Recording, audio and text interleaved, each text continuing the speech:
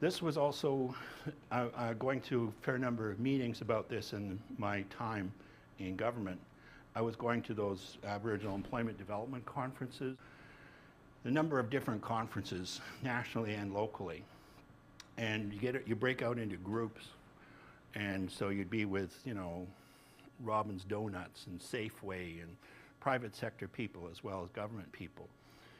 And some of the private sector employees, the ones that perhaps have a little bit of red on the back here, would be saying things like, you know, really just should be up to the training institutions, like train these people and then I'll hire them.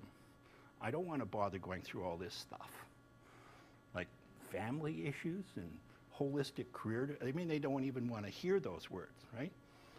So that could be maybe what's underlying current government thinking, we're not sure. Okay, I know Wayne has some statistics, so I'm not going to spend a lot of time going through these. I just briefly want to highlight a couple of them. I want to thank SAS Trends Monitor because we did invite him to come to be part of today, and he can't be here today, he's in Saskatoon, but he agreed to give me his slides, so we have his data. So if you are interested in benchmarks, here's some of them. As of the 2006 census, roughly 142,000 people self-declared as Aboriginal in Saskatchewan, and that represents just under 15%, which makes us less than Manitoba, but still second in terms of provinces with an Aboriginal population. The highest concentration obviously is in the territories. The population is not all in one place. There's very high concentrations of Aboriginal people in the north central region, Prince Albert and North Battleford, and lower concentrations in the south, at least in urban areas. And that's one of the issues here, frankly, is what do we mean by a representative workforce? If you want to look at the Prince Albert workforce, does it mean that you should be 34% in Prince Albert if you're going to be representative? And if you're only 5% in Moose Jaw, does that mean you're okay? Or is it some province-wide benchmark that we're looking for, which would be 15%? What do we mean by representative? That's one of the questions. The trends are, I think, well known, so I don't need to spend a lot of time on them. If we're going to rely on the education system, that's fine. It is grinding out more and more. Both non-Aboriginal and Aboriginal people are going to school in larger numbers and succeeding. There's more graduating from grade 12, getting at least high school, and then more in post-secondary. But the rate of growth, you see this growth between the three censuses, 96, 2001, 2006. The rate of growth in Aboriginal post-secondary and Aboriginal high school isn't as great as the non-Aboriginal. So overall, the gap is actually widening because there's more Aboriginal people. So we are doing a better job of educating more people, but the gap is getting bigger. Nationally, or sorry, at least in the West, our Aboriginal participation rate in the labor force is not that good. It's less than half, 48%. Overall in the country, it's 57%. It's best in Alberta at 64%. And again, participation in the labor force isn't consistent across the province. This is a deceiving number because there's actually very few Aboriginal people in Estevan.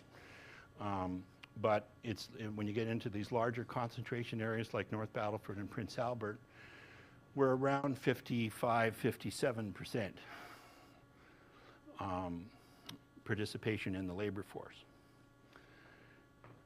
Overall in the labor force, the projection is that by 2020, if current trends continue, nothing changes, we're going to end up with about 11% of the workforce being Aboriginal. And if we wanted to be representative using 2006 as a benchmark, we should be at least 15%. And this is the projection by 2020. So 10 years from now, we'll still be 4% below where we should have been back in 2006. The actual population by 2020 is anybody's guess because both the Aboriginal and the non-Aboriginal population is going up. So what the proportion will be by 2020, we're not sure. But this labor force projection says we're still not going to have a representative workforce. We still have a lot of work to do. It has consequences beyond Aboriginal people. This was an interesting one. That basically, SaskTrans Monitor found that we could have had an even better boom in 2007 if we'd had sufficient workers. In other words, the slowdown that started in 2007 was not caused by the local economic circumstances, it was caused by the labor force not being able to meet the demands for the workforce. And this one shows that that trend is going to get a lot worse because the labor force is trying to increase by 10,000 people or 10,000 jobs per year. And there are not 10,000 more people coming into the labor force in Saskatchewan every year, so that by 2021, 2019, there's going to be a gap.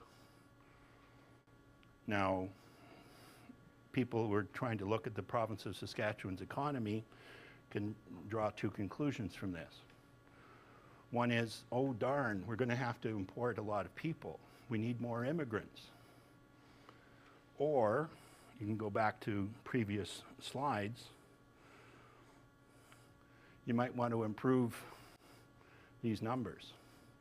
Because if you could push this rate up to 70%, you'd close the gap, or you go a long way towards closing that gap.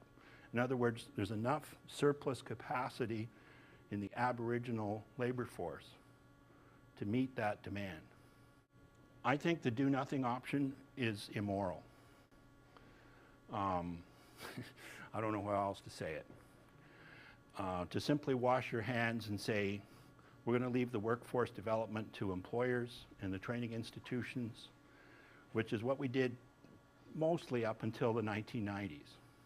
We just let the market and the education sector and the employers work it out. Well, that didn't work. Employment levels in Aboriginal country were continuing to get worse.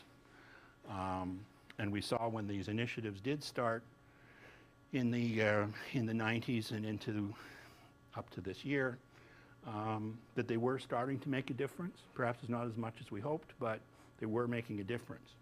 Well, if you go back to the do-nothing approach, which is just to leave it up to the market, I think you're copping out.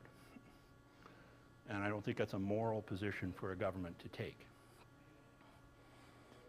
I also think there could be some more work done here at academia, because when I started looking for usable knowledge, which is a term I've learned from Hampton, it's what employers in the public and private sector want are